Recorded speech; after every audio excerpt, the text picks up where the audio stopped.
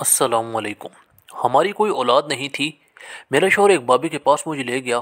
بابا 5 عورتوں کی پنڈلیوں پر 7 مرتبہ ہاتھ پھیرتا تو وہ حاملہ ہو جاتی۔ میں نے شوہر کو منع کیا کہ ڈھونگی ہوگا، مگر وہ مار پیٹ کر مجھے لے آیا اور بابا نے جب پنڈلیاں پکڑی تو مجھے یقین ہو گیا یہ ڈھونگی ہے، کیونکہ وہ نشے میں دھت ایک نالے کے پاس پڑا تھا، پاس ہی غلاظت کے ڈھیر تھے۔ اس نے 7 بار ہاتھ پھیرا اور کچھ دنوں تک میں حاملہ ہو گئی۔ شوہر میری خوب خدمت کرتا اور کہتا پہلا بچہ بابی کو دیں گے، لیکن میں بچہ نہ دینے کی خاطر گھر سے بھاگ گئی۔ جب میرا بچہ ہوا تو میں حیران رہ گئی، کیونکہ وہ بچہ تو میرا نام مہجبین ہے اور مجھے شروع دن سے ہی وکیل بننے کا بہت شوق تھا۔ میرے گھر والوں نے بہت چاہا کہ میں کچھ اور شعبہ چن لوں، مگر مجھے لوگوں کے مسائل حل کرنے کا بہت شوق تھا، اس لیے میں اس فیلڈ میں آئی۔ میرے بھائی شہر کے مشہور بزنس مین تھے اور بہنیں اپنی اپنی گھروں والی تھیں، فقط میں ہی رہ گئی تھی شادی کرنے کے لیے، اور اسی مقصد کے لیے روز میرے گھر والے کوئی نہ کوئی رشتہ میرے لیے دیکھنے جا رہے ہوتے، مگر کبھی ان کو لڑکا پسند نہ آتا اور کبھی میں لڑکے والوں کے معیار پر پورا نہ اترتی، سو ابھی تک معاملہ کھٹائی میں ہی پڑا ہوا تھا۔ انہی دنوں ایک رشتہ میرے ماں باپ کو پسند آ ہی گیا۔ لڑکی کی بہت دولت جائیداد تھی، دیکھنے میں بھی خوش شکل تھا، میں نے ہاں کر دی۔ اس روز میری منگنی تھی۔ جب مجھے ایک عورت ملنے آئی، حلیے سے اچھی گھر کی معلوم ہو رہی تھی، آتے ہی ہاتھ جوڑ دی اور کہنے لگی وکیل صاحبہ میری بیٹی کو بچا لیں، اسے پولیس پکڑ کر لے گئی ہے، میری بیٹی بے قصور ہے، اس نے کچھ نہیں کیا۔ اما نے بتایا وہ عورت ان کی جاننے والی تھی اور پولیس اس کی بیٹی کو کسی بڑے جرم میں پکڑ کر لے گئی ہے، اس لیے چاہتی ہے کہ تم اس کی بیٹی کی کیس میں وکالت کرو۔ میں نے اس عورت کو کہا آپ میری منگنی ختم ہونے تک ادھر ہی رہیں، منگنی کے بعد میں آپ سے تفصیلی بات کروں گی۔ میں اپنی منگنی پر بہت پیاری لگ رہی تھی۔ لڑکا مجھ سے عمر میں 7-8 سال بڑا تھا، لیکن مجھے کوئی مسئلہ نہیں تھا کیونکہ مجھے میچور لوگ اچھے لگتے ہیں۔ میں اسٹیج پر چلی گئی، اس سے پہلے انگوٹھی کی رسم ہوتی، وہی عورت اسٹیج پر چلی آئی۔ اس کے چہرے پر عجیب سے تاثرات تھے۔ پھر اس نے ایک عجیب حرکت کی، میز پر پڑا ہوا پانی کا گلاس اس کے چہرے پر الٹ دیا۔ میرے منگیتر نے اس عورت کو دیکھا تو اس کے چہرے کا رنگ بدل گیا۔ میں سمجھ گئی کہ یہ دونوں ضرور ایک دوسرے کو جانتے ہیں، لیکن اس عورت نے یہ کیسی حرکت کی؟ وہ عورت میرے پاس آ کر کہنے لگی وکیل صاحبہ آپ اس آدمی سے شادی کر رہی ہیں، یہ فراڈ کر رہا ہے، یہ دھوکے باز ہے، پہلے سے شادی شدہ ہے، میری بیٹی کا شوہر ہے۔ میرا منگیتر کہنے لگا یہ عورت کون ہے؟ میں نہیں جانتا یہ کیوں جھوٹ بول رہی ہے، مجھے نہیں معلوم۔ میں الجھ کر رہ گئی کہ یہ کیا ہو رہا ہے۔ ایک طرف وہ عورت مجھے کہہ رہی تھی کہ اس کی بیٹی جیل میں ہے اور دوسری طرف اس کا شوہر میرے ساتھ منگنی کر رہا ہے۔ میں نے اماں کو اشارہ کیا کہ وہ اس عورت کو یہاں سے لے جائیں۔ میں نے چپ چاپ منگنی کر لی۔ پہلے تو شاید اس عورت کی بیٹی کے کیس میں میری دلچسپی ہوتی ہی نہیں، مگر اب میرے منگیتر پر بات آ گئی تھی، اس کی ذات کو مشکوک بنا دیا گیا تھا، اس لیے اب ضروری ہو گیا تھا کہ میں خود اس سارے معاملے کی جڑ تک پہنچوں۔ اگلے دن میں تھانے پہنچی تو اس عورت کی بیٹی کو دیکھ کر مجھے دھچکا لگا۔ وہ ہرگز بھی شکل سے ایسی نہیں لگ رہی تھی کہ کسی بڑے جرم کا ارتکاب کر پاتی۔ میں نے اس سے کہا میں تمہاری وکیل ہوں، تم مجھے شروع سے اپنی کہانی بتاؤ، پھر میں ہی تمہارے لیے کچھ کر سکوں گی۔ وہ رونے لگی اور اپنی کہانی سنانے لگی۔ میرا نام رحمہ ہے اور میں 2 بھائیوں کی اکلوتی بہن ہوں۔ میرے بھائی مجھ پر جان چھڑکتے تھے اور میری ہر بات کو اہمیت دیتے تھے۔ ماں باپ سے زیادہ لاڈ بھائیوں نے اٹھائے۔ جو دیکھتے یہی کہتا کہ رحمہ کی قسمت بہت اچھی ہے جو اتنے لاڈ کرنے والے بھائیوں کی بہن ہے، مگر وہ کہتے ہیں نا کہ بھائیوں کا پیار صرف شادی سے پہلے تک ہی ہوتا ہے، وہی میرے معاملے میں بھی ہوا۔ جب تک بھائیوں کی شادیاں نہیں ہوئی تھی سب ٹھیک تھا، مگر جیسے ہی بھابیاں گھر آئیں تو بھابیوں کے مزاج بھی بدلنے لگے۔ وہ ایسا ایسا مجھ سے دور جانے لگیں۔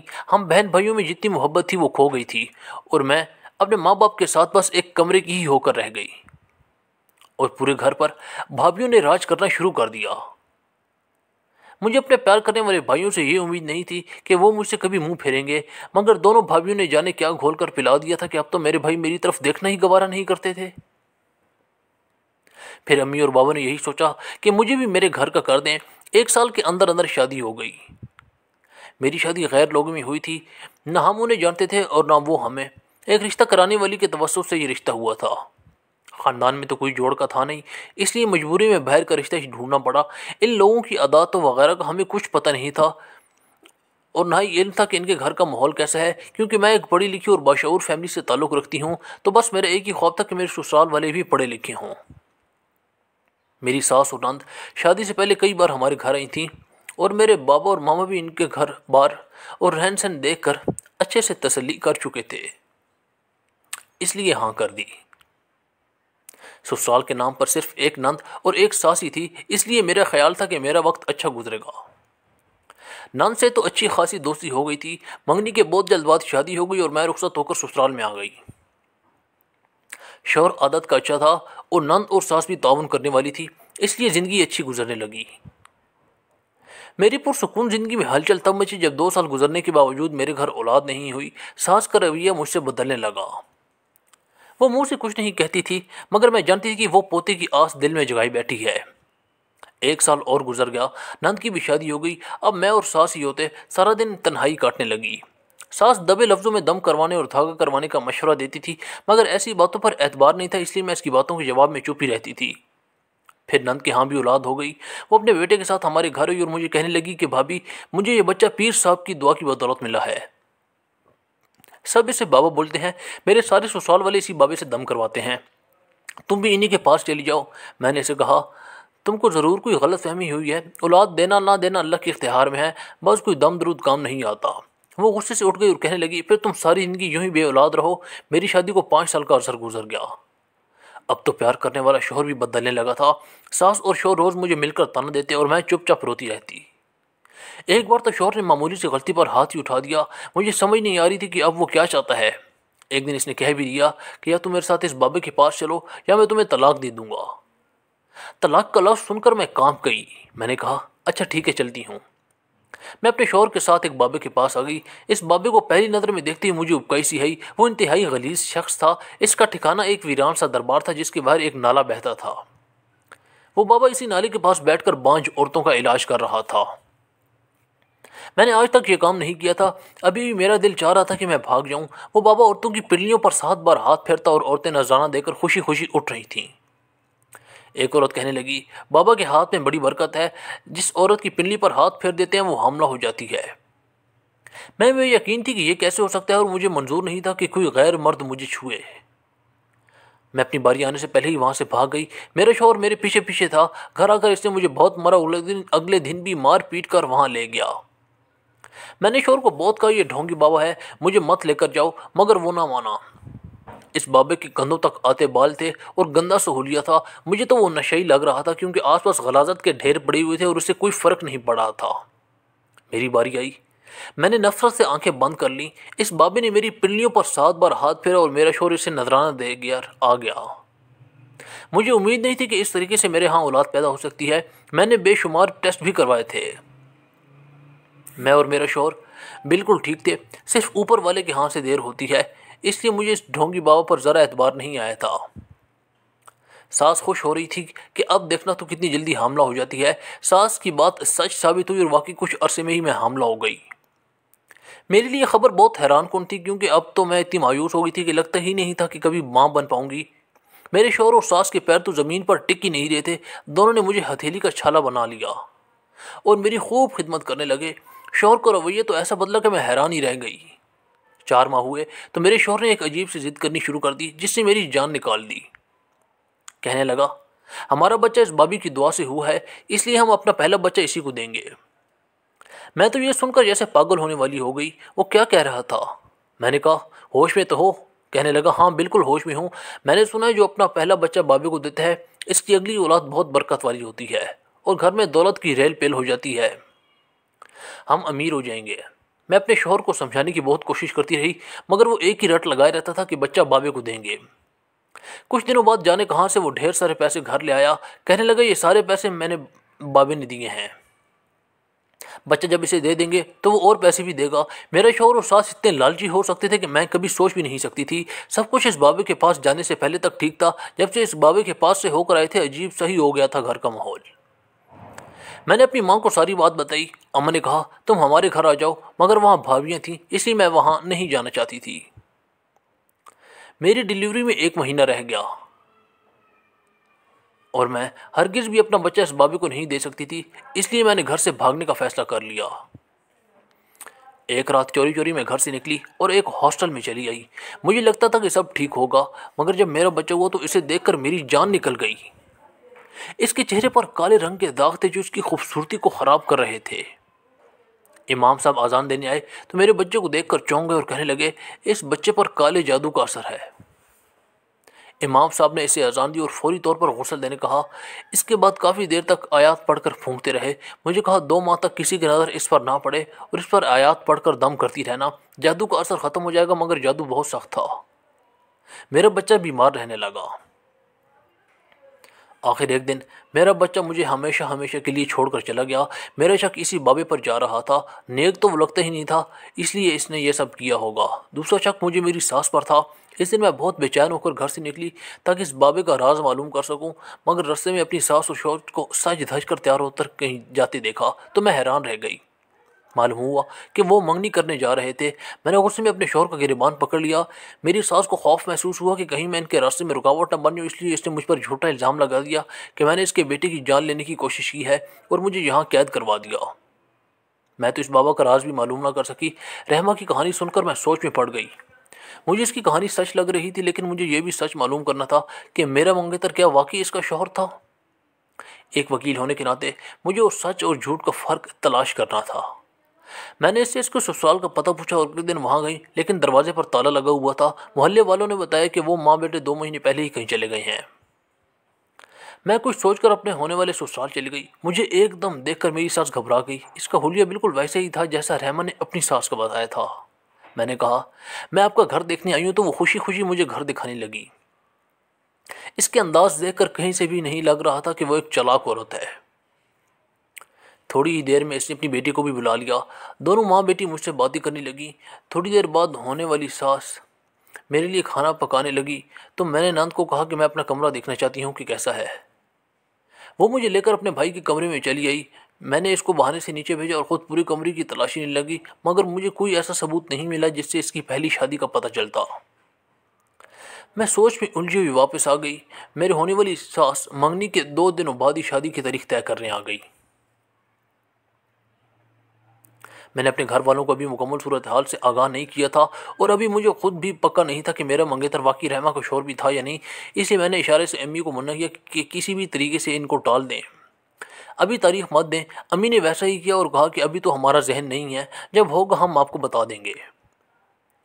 جانے کیوں مجھے محسوس ہو رہا تھا کہ میری ہونے والی ساس شادی میں کوئی زیادہ ہی جلدی دکھا رہی ہے، جیسے اسے کوئی ڈر ہو۔ رحمہ کی زبانی اس بابے کی کہانی سن کر مجھے خاصی دلچسپی پیدا ہو چکی تھی کہ دیکھوں وہ کون ہے اور کیا کرتا ہے۔ بھلا پنڈلی پر 7 بار ہاتھ پھیرنے سے کوئی عورت حاملہ کیسے ہو سکتی ہے؟ اس سے پہلے میں نے رحمہ کی ضمانت کرائی اور اسے ایک محفوظ ٹھکانے پر منتقل کرنے کے لیے اپنے دوست کو کال کی۔ جب ہم گاڑی سے اترے تو اچانک ہی میری ساس مجھے سامنے سے آتی نظر آئی۔ مجھے یوں محسوس ہوا جیسے میرے ساتھ رحمہ کو دیکھ کر اس کی سانسیں رک گئی ہیں۔ وہ وہیں رک گئی۔ میں نے کہا رحمہ تم یہاں سے ذرا کہیں جانا، تو وہ چلی گئی۔ رحمہ کو جاتے دیکھ کر میری ہونے والی ساس بھاگ کر میرے پاس آئی۔ میں نے انجان بنتی ہوئی پوچھا کیا ہوا، آپ یہاں کیسے؟ وہ کہنے لگی ویسے ہی۔ تم یہ بتاؤ کہ تھوڑی دیر پہلے وہ لڑکی کون تھی تمہارے ساتھ؟ میں نے کہا میری کلائنٹ تھی، اپنے سسرال پر مقدمہ درج کرانا چاہ رہی تھی۔ اس بات پر اسے کھانسی آنے لگی اور چلی گئی۔ اگلے دن وہ پھر اس سے شادی کی تاریخ لینے آئی تھی۔ ایک بار پھر ہم نے ٹال دیا تھا۔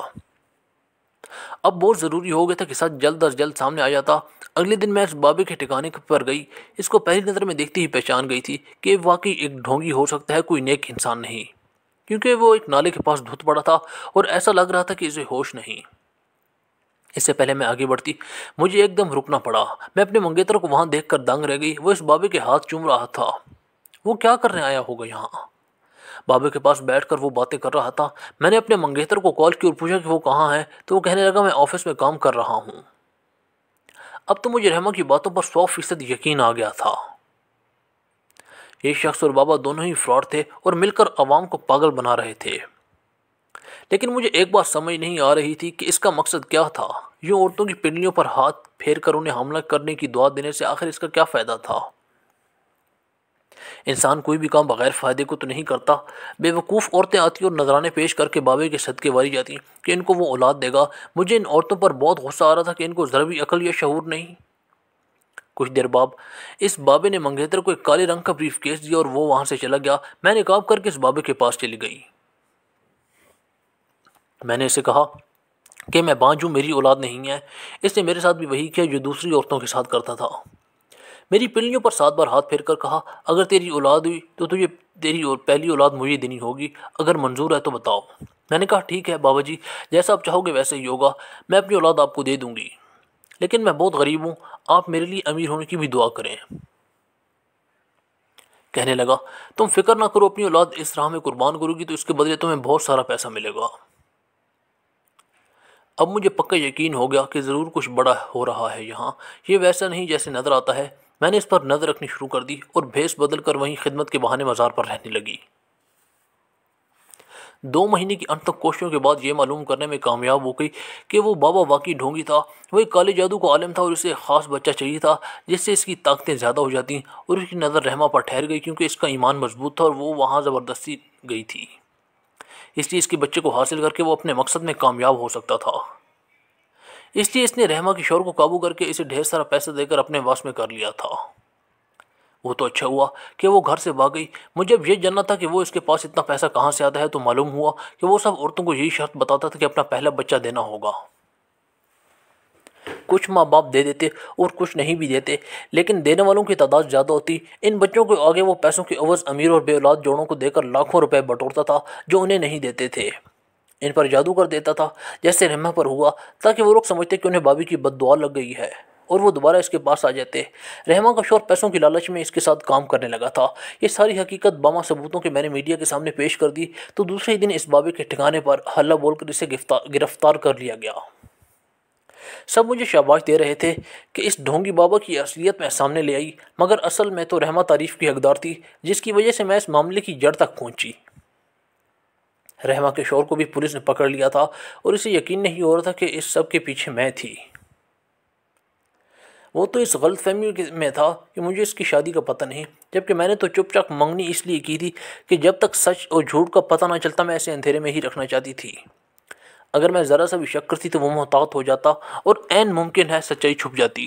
اب سب کچھ صاف اور واضح ہو گیا تھا۔ ہر کوئی کہہ رہا تھا کہ وکیل صاحبہ نے بہت بڑا کام کیا ہے۔ رحمہ اپنے ماں باپ کے ساتھ الگ گھر میں رہنے لگی تھی تاکہ اپنے بھائیوں پر بوجھ نہ بنے، اور میری شہرت ہونے کی وجہ سے ایک سیشن کورٹ کے ایڈوکیٹ کا رشتہ میرے لیے آ گیا جہاں میں سوچ بھی نہیں سکتی تھی۔ وہاں میری شادی ہو گئی۔ رحمہ کا تعلق جس شخص سے تھا میرا بھی اس سے جڑنے جا رہا تھا۔ شاید قدرت نے مجھے اسی لیے اس سے ملایا تھا کہ میری زندگی خراب ہونے سے بچ جائے اور میرے ساتھ ساتھ اس بابا کی اصلیت بھی دنیا کے سامنے آ سکے۔ سچ کبھی چھپتا نہیں، قدرت ڈھیل ضرور دیتی ہے، مگر جب رسی کھینچ لے تو پھر انسان بچ نہیں سکتا۔